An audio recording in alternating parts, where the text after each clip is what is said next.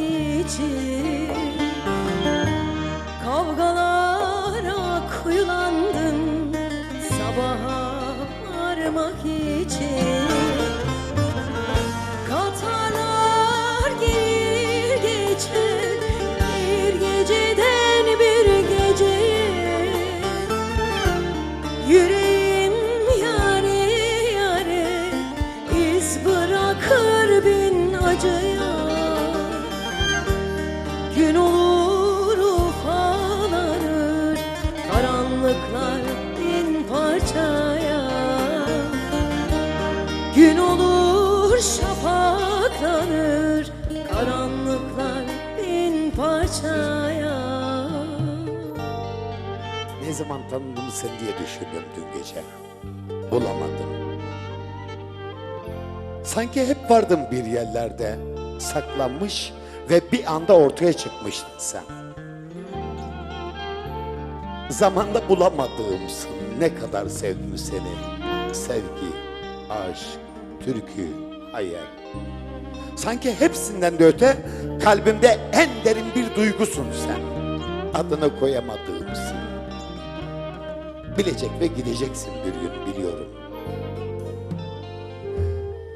Sen bende kalacaksın ama ben sende olacak mıyım? Bir soruyum belki gönlümde. Sen de cevabını bulamadığımsın. Yani alıp başına gitsen dağ başlarına, haykırsan sevda diye, aşk diye, gözün görmek istese açılmayacak belki. Görsen gözlerin kapalı. Ey sevdasını yüreğinde sakladığım dillerde. Yani yüreğinin ortasında bir yerdeysem eğer, o halde çıkıp gelip çığlık atmalısın sevdalım, sevdalım diye, sevdalım.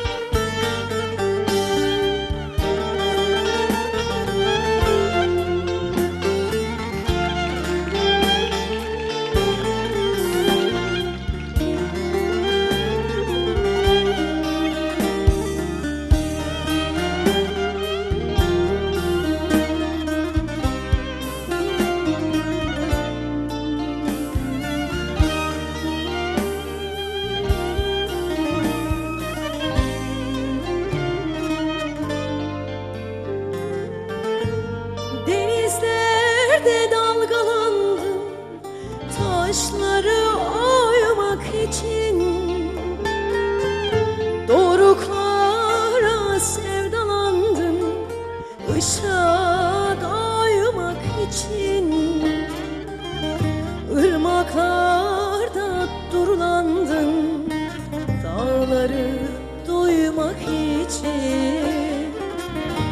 Irmaklar